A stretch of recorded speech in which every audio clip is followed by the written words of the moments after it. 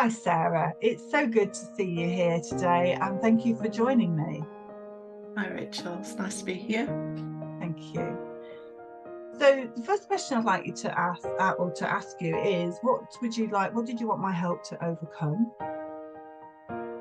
Okay, Rachel. So the problem I had got was that I developed a rash on my hands, and for a long time I'd had really sensitive skin on my hands, so I was prone to getting rashes over the course of my lifetime since sort of being a teenager. But I came to you because the rash had sort of really settled in, and it was not going away, and it was just getting worse and worse and worse. And I tried a lot of things to try and help alleviate the rash. So I used normal medical prescription prescription medications that I got through my GP. So the standard thing there is lots of emollient creams, which are helpful for dry skin, but it's just treating the symptoms. But then I was also given a lot of steroid ointments over the course of a few years, because this is become a fairly long-standing problem. So this particular rash had been up and was active for about 2 or 3 years before I saw it. In fact, actually, it might have been a bit longer. 5 years, I think. So I was using steroid creams, which at some level was helping the inflammation and trying to get them settled. Then I started getting reactions to the steroid creams and ointments. And so it was kind of like I kind of got stuck in this circle of trying to get the inflammation down and trying to get my hands and my skin feeling, because they felt really uncomfortable, trying to get them feeling more comfortable. But it's almost like the steroid cream was aggravating the condition even more, and it was like I didn't know what else to do. So I stopped using the steroid creams, and I just used emollients, and I used to self-help mode. I used to use lots of creams and ointments, and at night I used to put that on my hands and then put them in cotton gloves, because what also was happening, I was scratching at them in my sleep as well. So I had to wear cotton gloves to stop the scratching whilst I was asleep. I was doing it unconsciously as well. So it was like it was becoming a really bad habit. So not only had I got really sore skin, but I was also scratching a lot, and it was kind of like got into this again, another vicious circle. So it was really hard to break the cycle of inflammation, and my hands just felt so sore all the time. And not only that, it felt horrible having sore hands. They were visibly sore, so there was a lot of because of the scratching, there's a lot of scratches, a lot of broken skin, and it was just doing absolutely nothing for my self-esteem, because I got horrible hands. And in a previous life before this, it got a grip. I used to have lovely nails.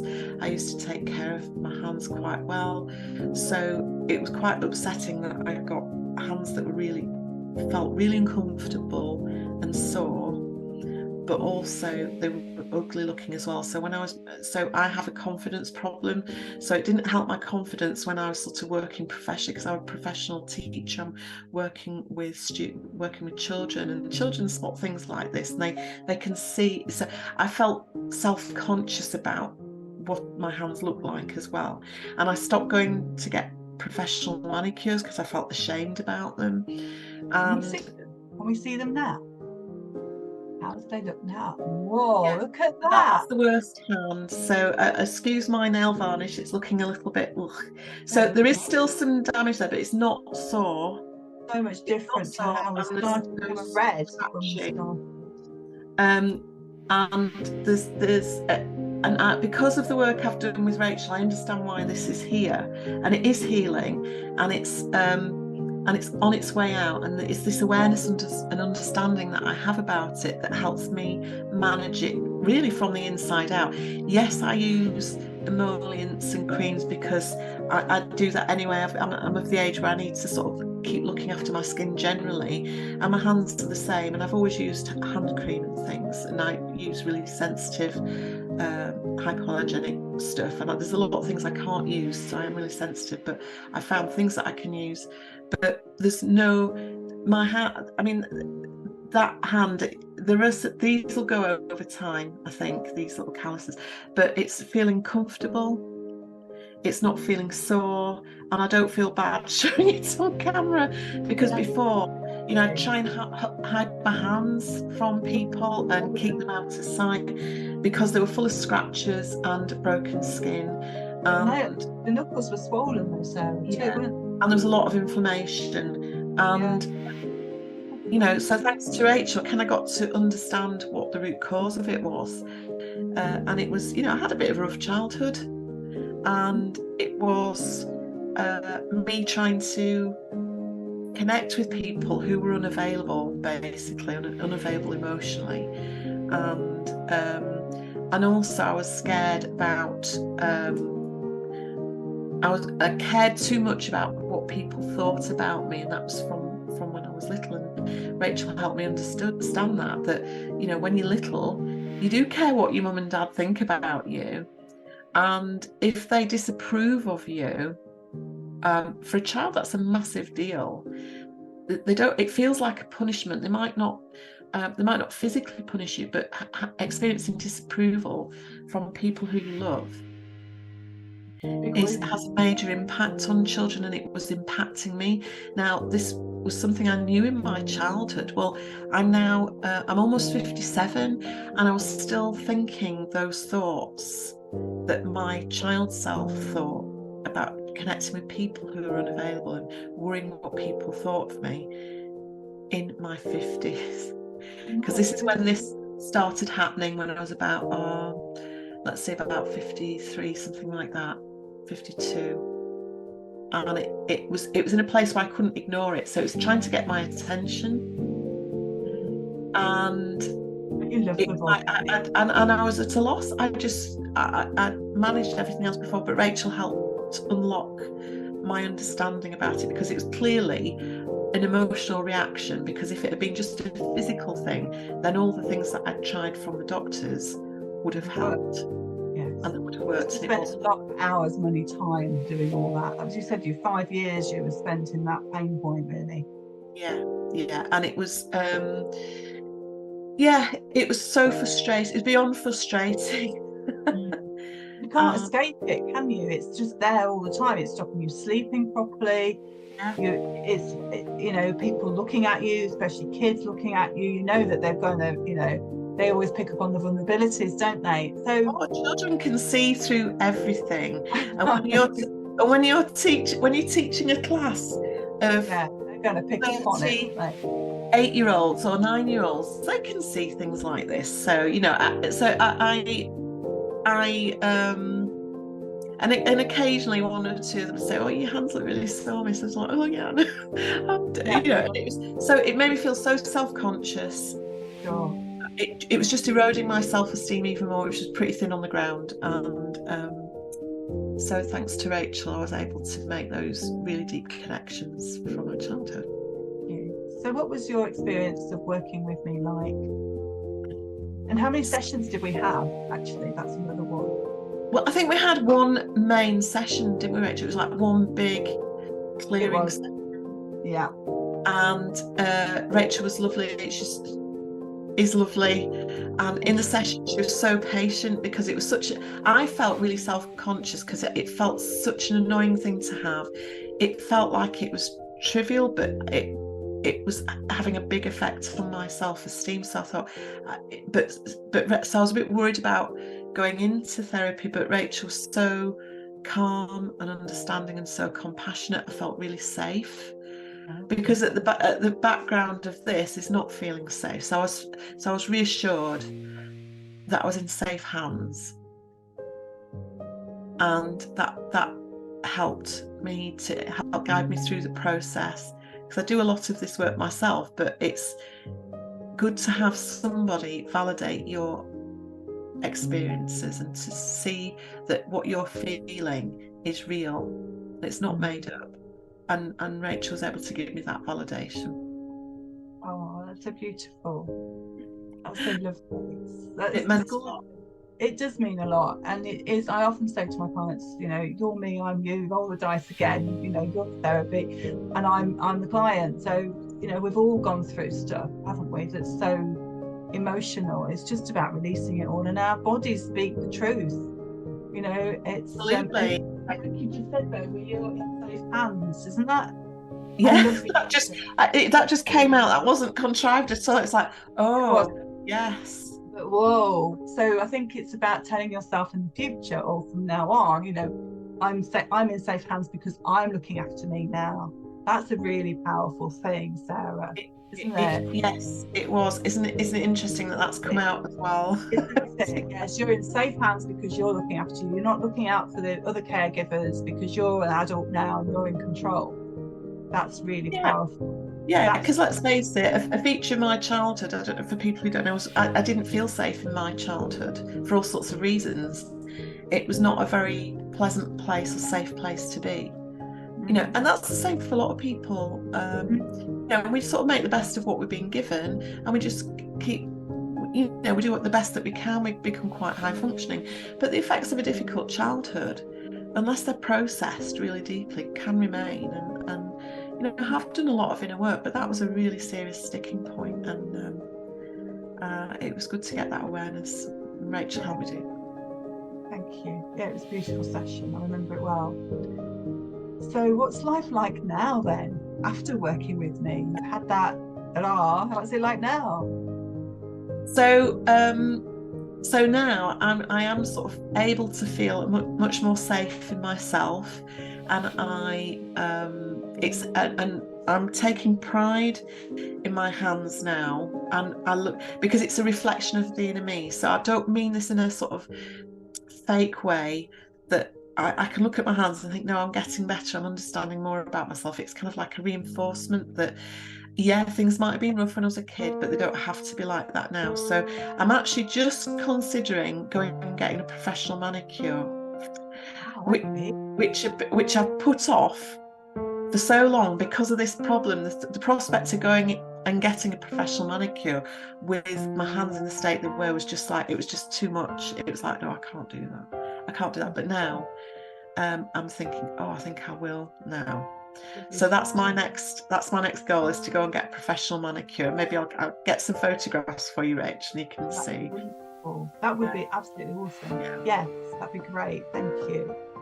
So thank you for sharing all that, Sarah. It's been wonderful talking to you. So some people might be nervous about investing in themselves, or being skeptical, or may never have invested in themselves before, or they might be sitting on the fence. So what would you say to that person?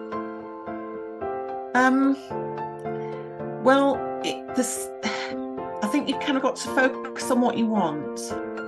So how much do you want to feel better? You know, I was stuck with this condition for a long time, and it was just robbing me of a lot of self-esteem. Now, I've learned to value myself a lot more, and feeling good is really important to me. And it's not because I have had such an unhappy childhood. So it's my priority to put myself first and start feeling happier about myself, and to understand what my body's telling me.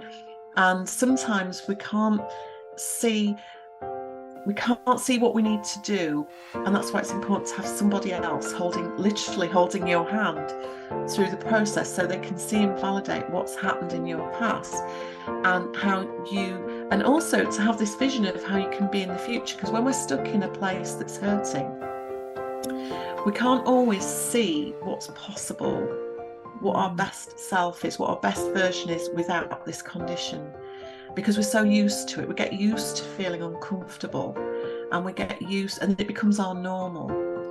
So I think sometimes people might feel a bit scared about getting out of their comfort zone. It seems crazy, doesn't it, that having a really uncomfortable skin condition that's painful, that's visible for everybody to see, becomes comfortable for you because it's what you know. So that's why I think people are frightened to thinking that change is going to be scary, but actually sometimes we need to change how we feel about ourselves, and that's really important. So feeling down on ourselves is not good enough, I don't think. I've learned to realise that we're meant to be happy, and we're meant to be free from the things that are hurting us from our past. And we have to, nobody may have validated us before, we may have had some very painful experiences, but to go through a healing process like with Rachel, to have someone validate your experiences and to keep that vision of what you want for yourself truly in your heart's desire, to want to feel comfortable in your own skin, to feel confident in your own abilities, is really vital to living a really good life free from old yucky thoughts and beliefs. So Rachel helped me do that, and my body's appreciating it as well. So you know, it's that we're all on a healing path, and I think if you want to feel better, you've got to be prepared to do the work on the inside, and it is scary, but when you've got Rachel helping you, it's scary because it becomes doable and manageable. And not only that, it's not months of work. I think people are worried that it might take months and months and months to start feeling better. You can start feeling better really quickly with the right tools, and Rachel's got those tools. She's a talented therapist, and she can get these changes for you relatively quickly. But the changes come from the inside out. And I think for so long, people have been trying to control events around them, trying to control all sorts of things around them. But really, the only sense of control we can have over how we feel is within ourselves. So Rachel's got those tools that help us see what's going on, understand what's going on, and to shift any incorrect beliefs as well, which drive these conditions. So I'm working with the beautiful subconscious mind, which is 95% of everything we do, think, feel, and believe, and it's been recording everything since the moment we were born, and even before that. So why would it's amazing, isn't it? And I know that as well, Rachel, but just to have some with this sticky point, because I've gone through a lot of healing, and I've done a lot of inner work on myself, but this particular issue I was really stuck with. Because it's in your subconscious, you can't access it consciously. And I needed Rachel's help to do that, because I couldn't do it for myself, even though I've overcome a lot of other problems and a lot of other issues with healing. That was a really big sticking point. I needed some help with, and it's okay to ask for help as well.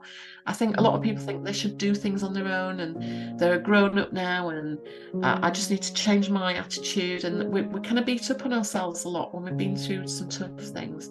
But there are times when we have to learn to ask for help.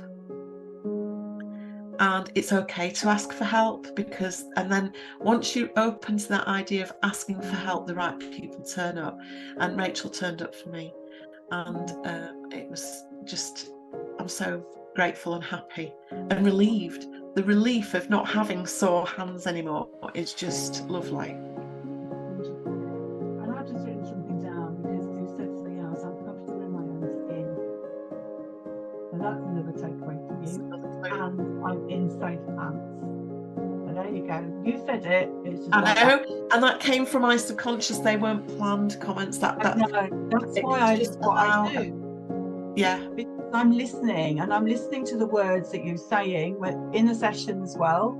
It's like, oh, isn't that interesting? And I'm looking at the similarities. I'm looking at the language. I'm looking at it's those fine tuning points that other people probably miss. I don't know, because I don't work with other people doing it so much, but they might miss that. And I think it's my understanding of how the subconscious mind works, the language that you use, the similarities, the differences. So isn't that funny how this now is so much like then? Isn't that, and it's that just stuff, it's collating it together, it's just being curious about it. And it's not scary because you've already lived it. This is just about reviewing it. It's not, it's just reviewing it. It's just like telling yourself a story. Absolutely.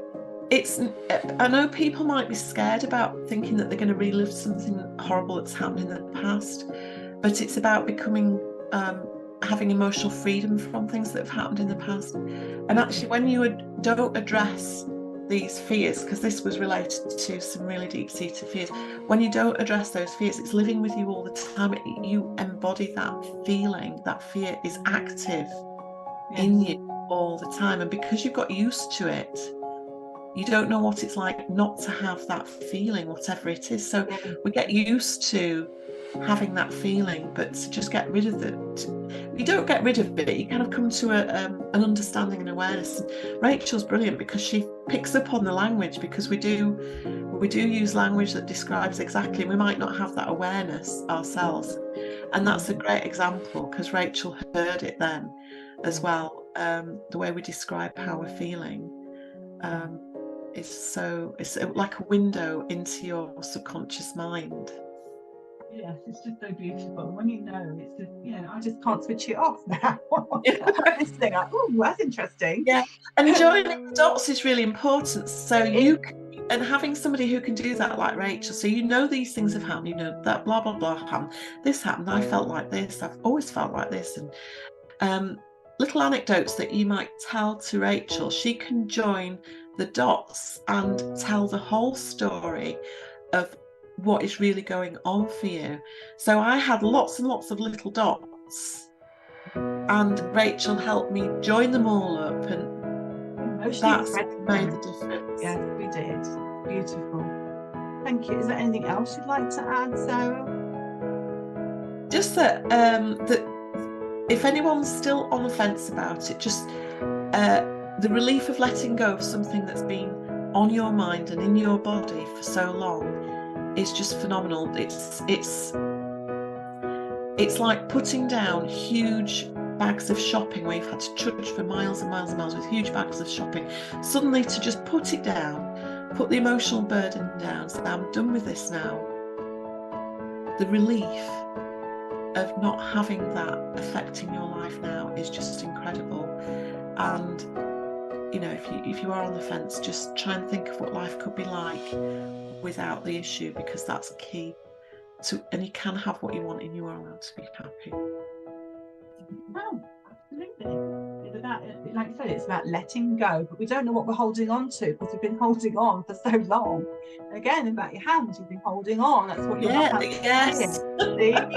It's just beautiful. The language the body speaks is just incredible, and that is why I love what I do, because it's a gorgeous journey of self-discovery. And just in this interview, you can see how our body takes on those messages. We are literal in our symptoms. So, you are now in safe hands and you're comfortable in your own skin because you weren't. It's a healing experience, hasn't it, in itself? Massive thing. Yes, exactly. That's amazing. Thank you so much for joining me, Sarah. It's been a wonderful discussion, and I look forward to seeing your hands being fully manicured. And thank you very much. I really appreciate all that you've helped me. You're absolutely welcome. It's been an absolute pleasure. Thank you for being here.